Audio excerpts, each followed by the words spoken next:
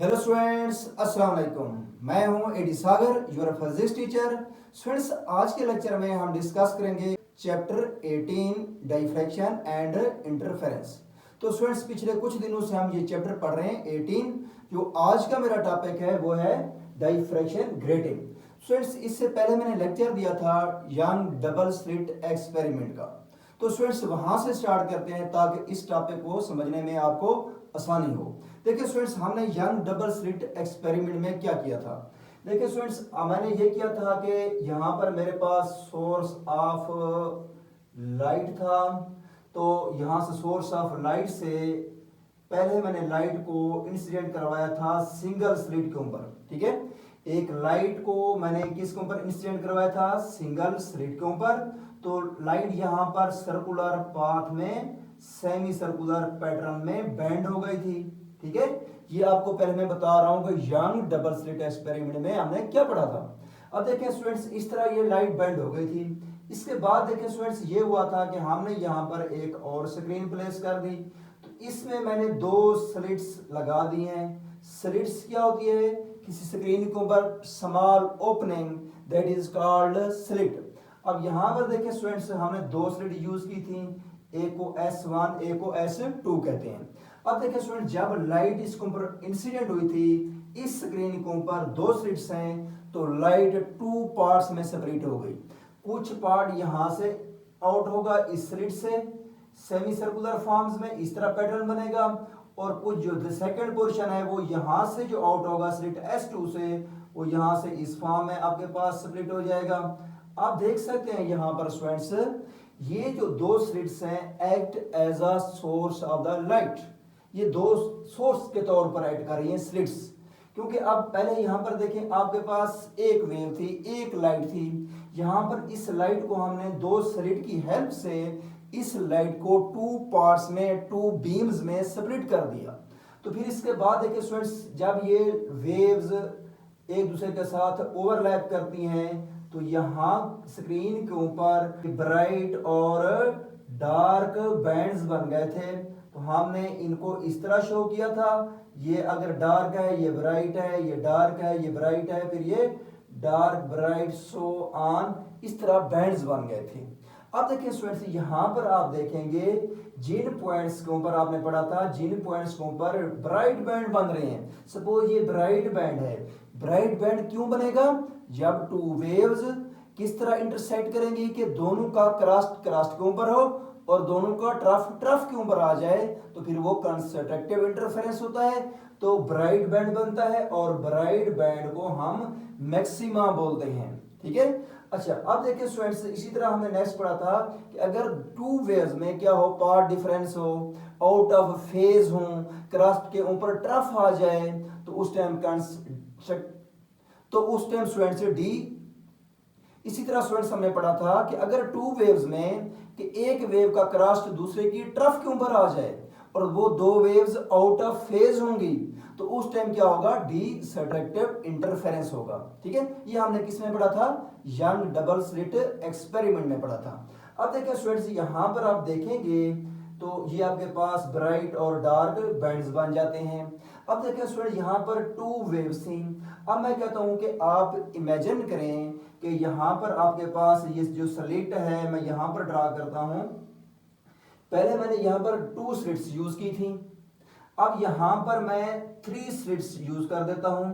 तो स्टूडेंट्स फिर क्या होगा? देखें, थ्री स्लिट्स में जब यूज करूंगा तो लाइट थ्री पार्ट्स में स्प्लिट हो गई। अब देखिए स्टूडेंट्स, जब स्क्रीन के ऊपर यहां पर स्क्रीन के ऊपर ये वेव्स पहुंचेंगी, तो कंस्ट्रक्टिव इंटरफेरेंस कब होगा? जब तीनों वेव्स के क्रस्ट क्रस्ट के ऊपर हो, ट्रफ ट्रफ के ऊपर हो, तो फिर कंस्ट्रक्टिव इंटरफेरेंस होगा। अब देख सकते हैं स्टूडेंट्स, इस केस में और इस केस में फर्क क्या है। अब देखिए स्टूडेंट्स, इस केस में और इस केस में ये डिफरेंस है कि यहां पर जस्ट दो वेव्स थी, तो यहां पर कितनी है? तीन वेव्स हैं। दो वेव्स का एग्री करना आसान होता है, दोनों का क्रस्ट के ऊपर क्रस्ट आना, ट्रफ के ऊपर ट्रफ आना इजी होता है। ये थोड़ा सा डिफिकल्ट हो गया है कि तीन वेव्स का क्रस्ट के ऊपर क्रस्ट आए, ट्रफ के ऊपर ट्रफ आए। इसी तरह स्टूडेंट्स, मैं अगर एक और स्लिट यहाँ पे लगा देता हूं, तो आप देखें कितनी स्लिट्स हो गई हैं, 4 स्लिट्स हो गई हैं। अब यहां पर ब्राइट बैंड कब बनेगा, जब इन चारों वेव्स का क्रस्ट के ऊपर क्रस्ट, ट्रफ के ऊपर ट्रफ आ जाए और वो चारों के चारों इन फेज होंगी, तो तब क्या होगा, कंसेक्टिव इंटरफेरेंस होगा। तो और मुश्किल हो गया है यहाँ पर इंटरफेरेंस करना, क्योंकि देखिए स्टूडेंट्स, अगर आपके पास कोई बात हो, कोई टॉपिक हो, दो बंदे उसके ऊपर बहस कर रहे हो, तो दो बंदों का एक दूसरे के साथ एग्री करना जरा आसान होता है। अगर उसी टॉपिक के ऊपर अगर 4 लोग बहस कर रहे हैं, तो 4 लोगों का उस एक टॉपिक के ऊपर एग्री करना क्या हो जाता है, डिफिकल्ट हो जाता है। अब देखिए मुतफिक होना मुश्किल हो जाता है। इसी तरह स्टूडेंट्स, अगर उसी टॉपिक के ऊपर 8 लोग डिस्कस कर रहे हो, ठीक है, पहले 2 थे, फिर 4, फिर अगर 8, तो 8 पीपल्स का एक टॉपिक के ऊपर, एक बात के ऊपर मुतफिक होना और ज्यादा मुश्किल हो जाएगा। ठीक है, तो इसी तरह स्टूडेंट्स मैं आपको कह रहा हूं कि यहां पर आपके पास जब 2 स्लिट्स थी, तो 2 वेव्स का एग्रीमेंट करना, क्रस्ट के ऊपर क्रस्ट आना इजी था।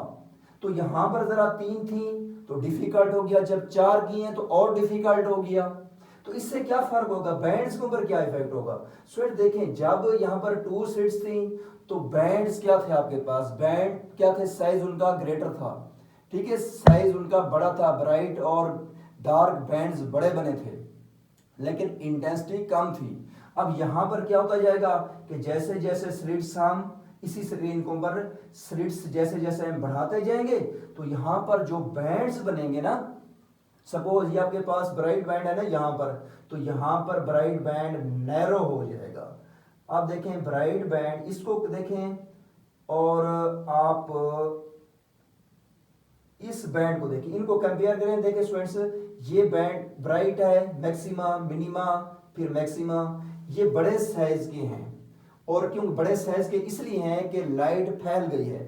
अब यहां पर साइज बड़ा है लेकिन इंटेंसिटी कम है।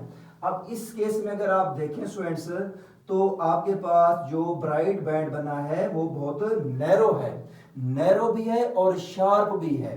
देखिए मैं कहता हूं कि नंबर ऑफ स्लिट्स बढ़ाते जाओगे तो जो आपके पास मैक्सिमा और मिनिमा, ब्राइट और डार्क बैंड्स होंगे, वो नैरो होते जाएंगे और शार्प होते जाएंगे। अच्छा, नैरो तो आपको समझ आ गया कि क्या हो गया, उनकी वेड्थ कम होती जा रही है, नैरो और एंड शार्प।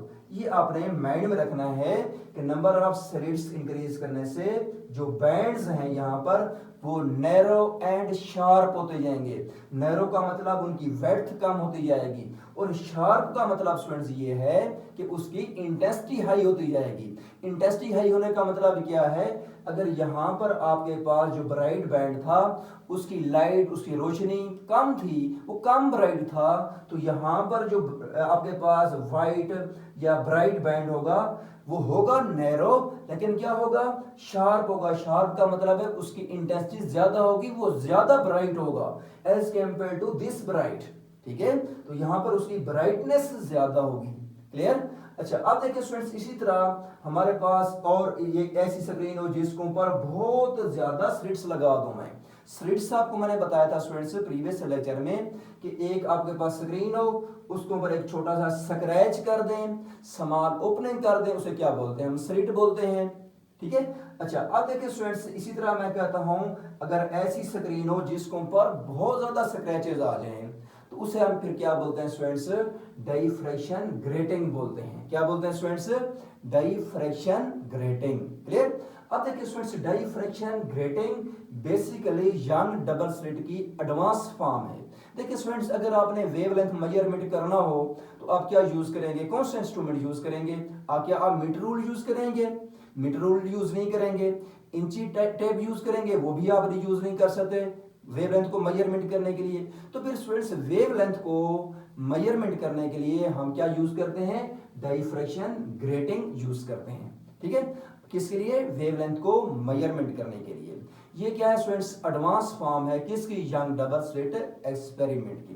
तो यंग डबल स्लिट एक्सपेरिमेंट में देखें स्टूडेंट्स, तो आपके पास क्या थी, जस्ट 2 स्लिट्स थी। अब देखें स्टूडेंट्स, यहां पर मैं बहुत ज्यादा स्लिट्स लगा देता हूं। सपोज ये मेरे पास एक स्क्रीन है, अब यहां पर मैं बहुत ज्यादा स्लिट्स लगाता हूं, इस तरह ओपनिंग कर देता हूं, स्मॉल ओपनिंग, और ये स्मॉल ओपनिंग इस तरह होनी चाहिए कि इक्वल डिस्टेंट होनी चाहिए, और ये जो ओपनिंग है स्मॉल भी हो, स्मॉल फाइन होनी चाहिए, इक्वल डिस्टेंस होना चाहिए। कोई ओपनिंग, कोई यहाँ पर स्क्रैच कोई बड़ा या छोटा ना हो, सब ओपनिंग का साइज इक्वल होना चाहिए। ठीक है, थोड़ा इसको मैं बड़ा करके समझा देता हूँ। वैसे बहुत ये स्मॉल होती हैं, इतनी स्मॉल होती हैं कि ये 1 सेंटीमीटर के ऊपर 400 से लेकर, यहाँ पर मैंने मेंशन भी किया हुआ है, 400 to 5000 लाइंस पर सेंटीमीटर आ जाती हैं। मतलब इतने छोटे स्क्रैचेस होते हैं, इतना साइज स्मॉल होता है कि 400 to 5000 लाइंस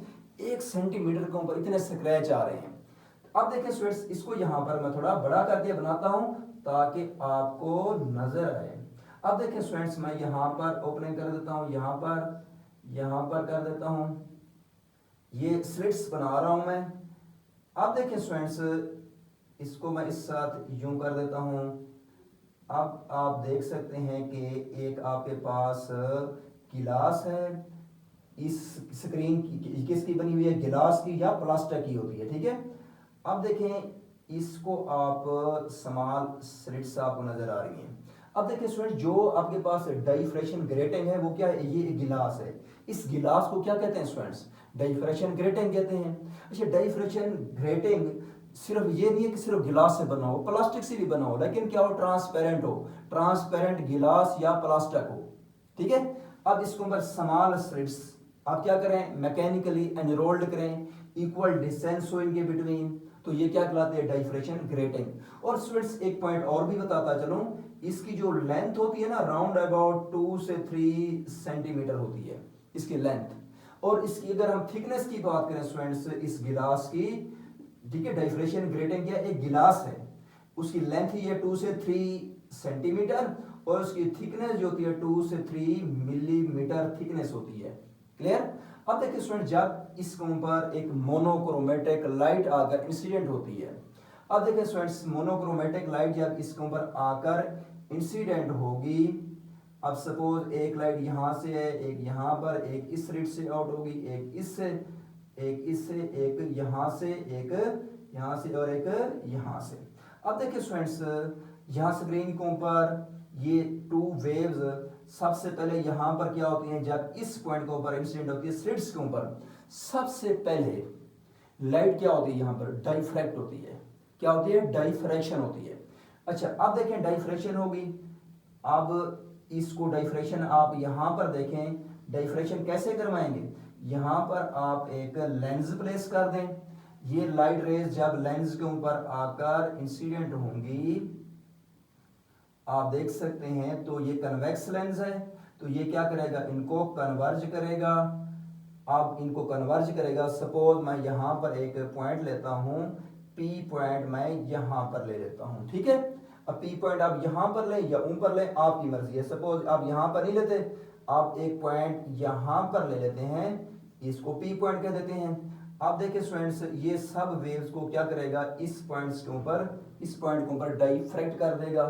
ठीक है, अब सपोज इस पॉइंट के ऊपर ये सारी वेव्स डाइफ्रैक्ट हो जाती हैं, ये यहाँ से यूं, यहाँ से यूं, यूं यहाँ पर कंबाइन हो जाती है इस पॉइंट के ऊपर, क्योंकि कन्वेक्स लेंस है, सबको एक पॉइंट के ऊपर, सिंगल पॉइंट के ऊपर क्या करता है, ये कन्वर्ज करता है। ठीक है, अच्छा अब देखिए स्टूडेंट्स, तो यहाँ पर अगर आप देखें तो ये रेज जो इस पॉइंट से जाएगी, सपोज मैं यहाँ पर कहता हूँ कि ये 2 रेज हैं, ये 1 है, 2 है, 3 है, 4 है। इस पॉइंट पर अगर आप देखें तो किसने ज्यादा पाथ कवर किया है, तो आपको नजर आ रहा है वेव 1 ने वेव 2 के लिहाज से ज्यादा पाथ कवर किया है, पाथ डिफरेंस आ रहा है। अगर ये पाथ डिफरेंस, इसको मैं यहाँ पर बड़ा करके लिख देता हूँ, आप देख सकते हैं स्टूडेंट्स, अगर ये मैं इसको यूं ड्रा कर देता हूं तो आपके समझाने के लिए, अब मैं चेक कर रहा हूं कि ये वेव 1 है, ये 2 है, ये 3 है, ये 4 है और ये 5, 6, 7 और 8। अब देखिए स्टूडेंट्स, क्योंकि पी पॉइंट पर पहुंचने के लिए मैं कहता हूं 1 और 2 वेव के बिटवीन, ठीक है, जो स्लिट की यहां पर सेपरेशन है, सपोज वो 1 वेवलेंथ के इक्वल है। किसके इक्वल है, 1 वेवलेंथ। इसी तरह 2 और 3 के बिटवीन जो डिफरेंस है वो भी कितना है, 1 वेवलेंथ का है, डिस्टेंस जो है वो 1 वेवलेंथ का है। इसी तरह मैं यहाँ पर कहता हूँ स्टूडेंट्स, ये जो ट्राइंगल है मैं यहाँ पे बनाई है, ये यहाँ पर देखें मैंने यहाँ पर इस पॉइंट के ऊपर एक लाइन ड्रॉ की है, तो ये इससे आगे डिस्टेंस इक्वल हो जाएगा। ये वाला जो है ना, ये आपके पास यहाँ से यहाँ तक पाथ डिफरेंस है। वेव वन ने ज्यादा डिस्टेंस कवर किया है यहाँ से यहाँ तक। अब इसको कोई भी आप नाम दे सकते हैं, सपोज ये ए पॉइंट है, ये बी है, ये सी है। अब यहाँ पर 90 डिग्री है, 90 के सामने वाली साइड क्या होती है, हाइपोटेन्यूज होती है, और ये थीटा एंगल है, थीटा के सामने वाली जो साइड होती है आपके पास, थीटा के सामने वाली जो साइड होती है वो आपके पास परपेंडिकुलर होता है।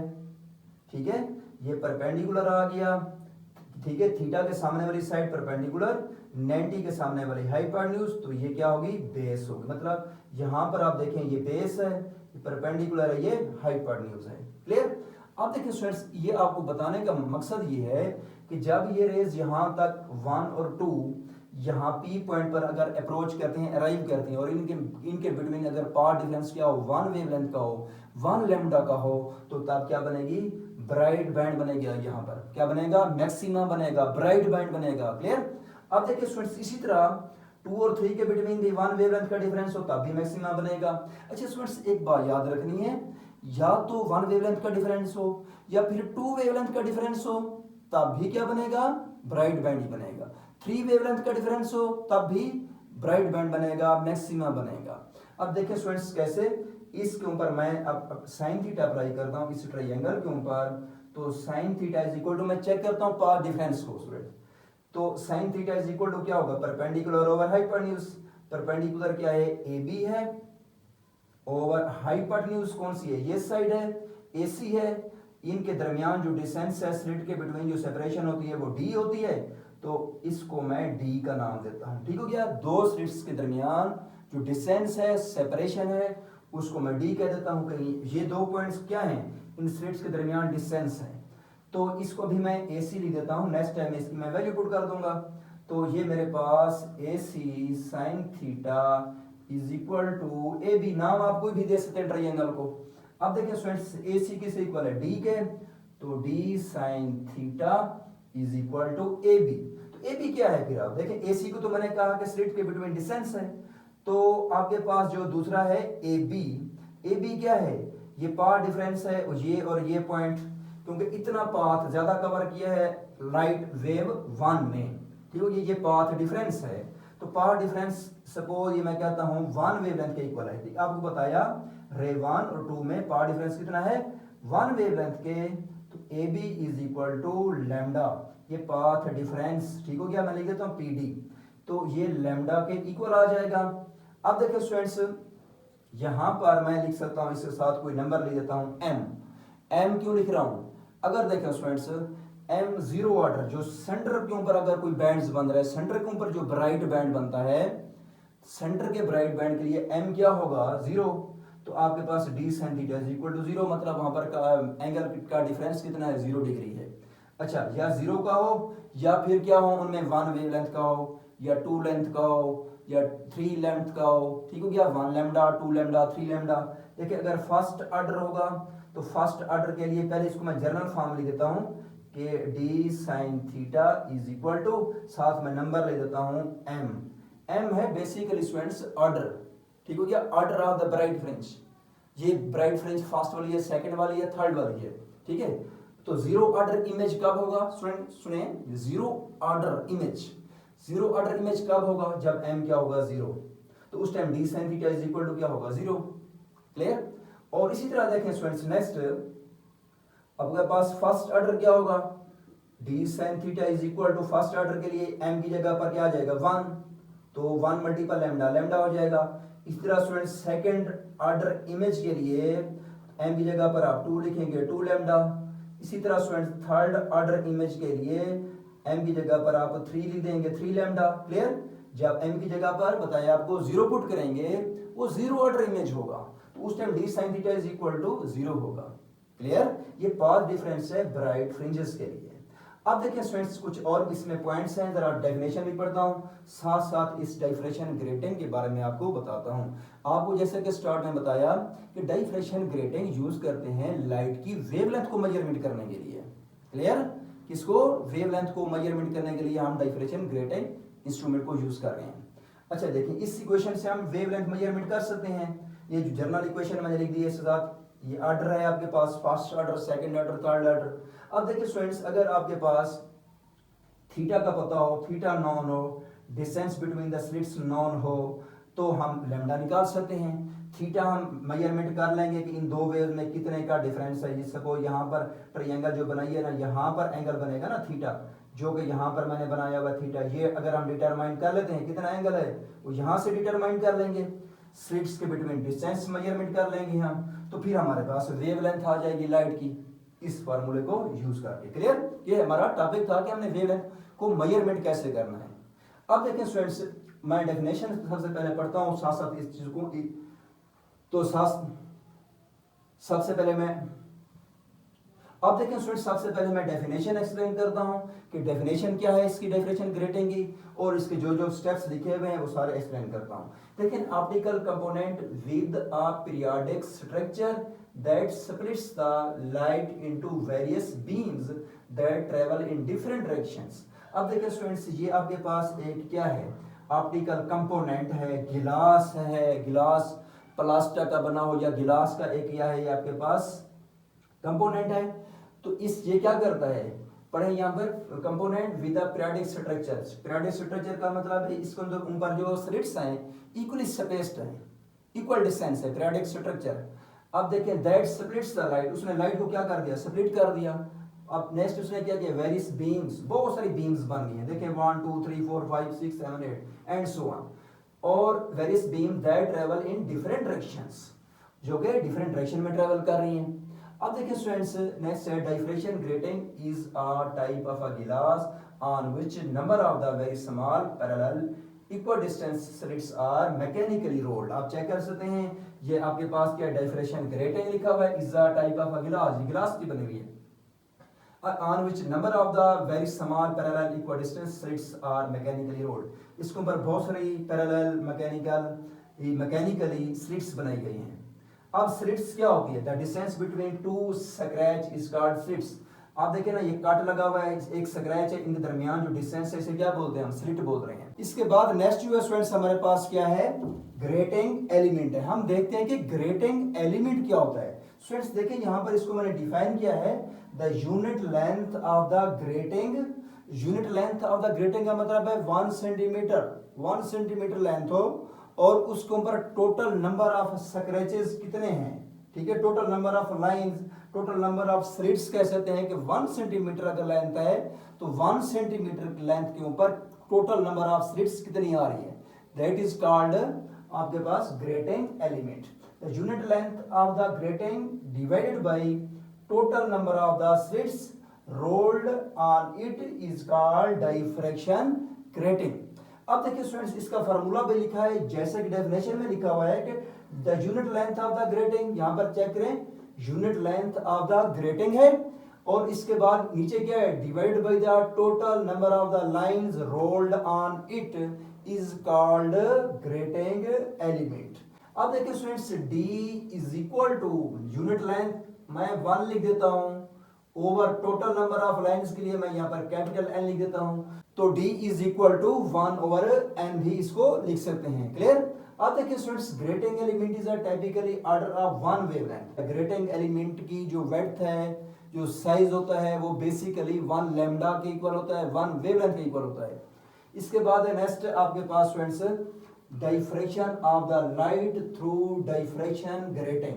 आप देखते हैं स्टूडेंट्स, इसको स्टडी करते हैं कि जैसा कि आपको एक्सप्लेन किया है मैंने ये डायग्राम पहले भी, कि अगर आपके पास एक वेव जा रही हो स्लिट 1 से और दूसरी जा रही हो 2 से, तो यहाँ से देखें लाइट पहले क्या हुई है, डाइफ्रैक्ट हुई है, यूं यहाँ से थोड़ी सी लाइट बेंड होती है, तो या ये थोड़ा सा आपने रेज को यूं बनाना है, थोड़ा सा बेंड करवा देना है आपने, ठीक है, जितनी रेज बनी हुई है तो इनको आपने थोड़ा बेंड करते जाना है कि यहाँ से लाइट बेंड हो रही है, डाइफ्रैक्ट हुई है, यहाँ पे गई है तो लाइट यहाँ से यूं गई है।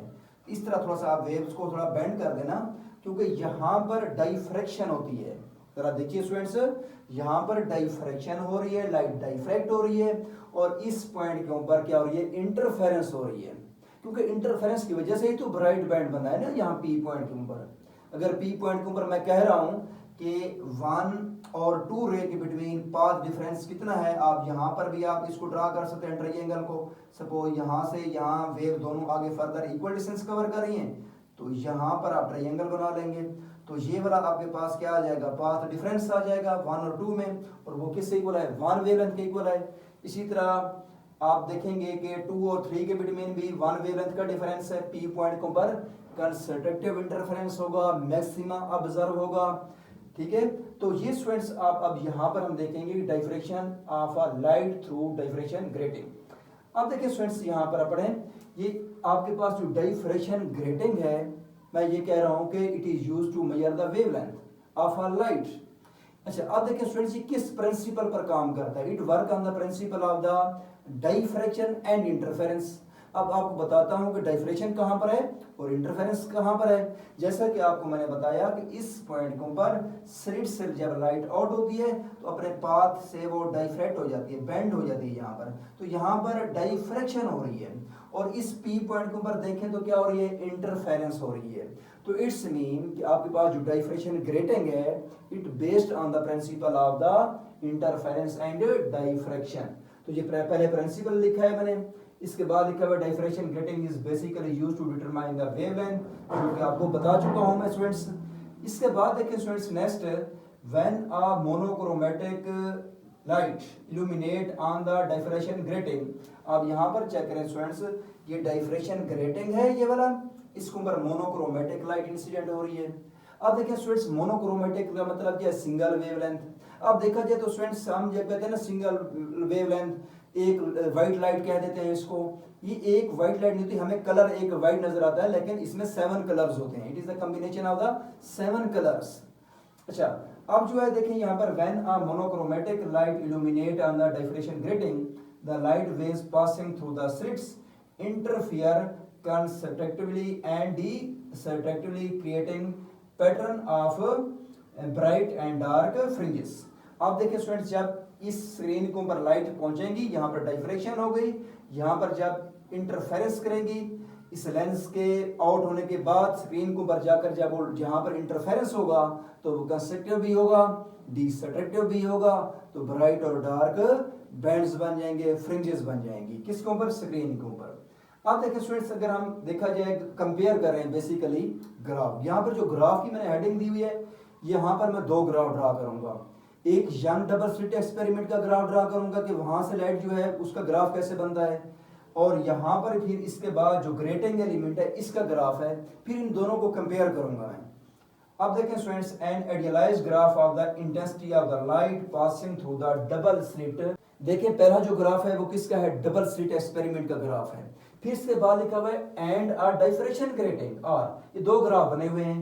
पहला ग्राफ किसका है, डबल स्लिट का। डबल स्लिट में देखें वेव्स का जो पैटर्न है, सब पैटर्न में आप चेक करें कि इक्वल एंगल है सबका, जितनी वेव्स बनी है सब वेव्स में एंगल इक्वल है, कहां पर, यंग डबल स्लिट में। अच्छा, अब देखें students next, in case of the double slit maxima are at the same angle, तमाम मैक्सिमा सेम एंगल पर है।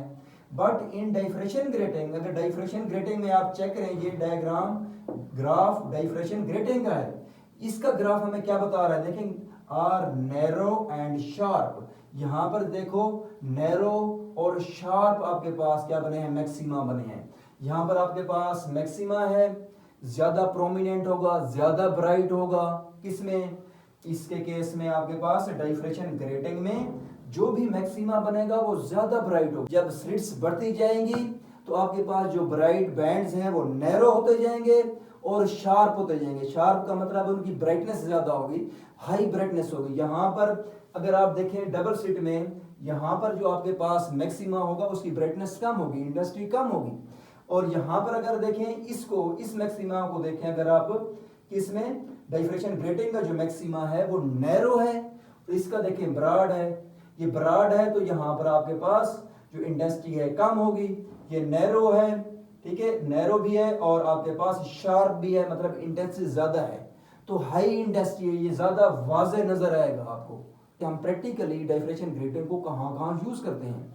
अब देखिए स्टूडेंट्स, पहली एप्लीकेशन है to measure the wavelength, it is used to determine the wavelength of the light. जैसा कि start में भी मैंने बताया आपको, डाइफ्रैक्शन ग्रेटिंग को बेसिकली हम यूज करते हैं to measure the wavelength of the light. इसी तरह स्टूडेंट्स आपके पास जो नेक्स्ट इसकी एप्लीकेशन है वो हमारे पास है एटॉमिक स्पेक्ट्रा। अब देखिए स्टूडेंट्स, एटम्स और मॉलिक्यूल से जो लाइट इमिट होती है उसका स्पेक्ट्रम कैसे बनता है, उसका इमेज क्या होता है, डिस्क्रीट होता है, कॉन्टिन्यूअस होता है, तो वो हमें किससे मिलता है, डाइफ्रैक्शन ग्रेटिंग की हेल्प से हम उसको फाइंड आउट कर सकते हैं। इसी तरह स्टूडेंट्स हमारे पास नेक्स्ट जो है बायोमेडिकल इमेजिंग है। बायोमेडिकल, सपोज आपके पास कोई ब्लड है, ब्लड का सैंपल लेते हैं, पेशेंट के ब्लड का सैंपल लेकर आप उसका चेक करते हैं कि ब्लड में कौन सी डिजीज है, तो ये आपके पास क्या होता है, बायोमेडिकल इमेजिंग। और जो सैंपल का टेस्ट लेते हैं वो डाइफ्रैक्शन ग्रेटिंग से लेते हैं, उससे पता चलता है कि इसमें कौन सी डिजीज है। अब देखिए स्टूडेंट्स, नेक्स्ट है स्पेक्ट्रोस्कोपी। स्पेक्ट्रोस्कोपी क्या होती है आपके पास स्टूडेंट्स, स्पेक्ट्रोस्कोपी आपके पास डिफरेंट इमेज होते हैं, उनका इमेज कैसा बनता है, कोई टेस्ट लेते हैं, तो स्पेक्ट्रोग्राफ जिस तरह होता है एक इंस्ट्रूमेंट, उसमें भी हम क्या यूज करते हैं, डाइफ्रैक्शन ग्रेटिंग यूज करते हैं। क्लियर? ओके स्टूडेंट्स, अल्लाह हाफिज।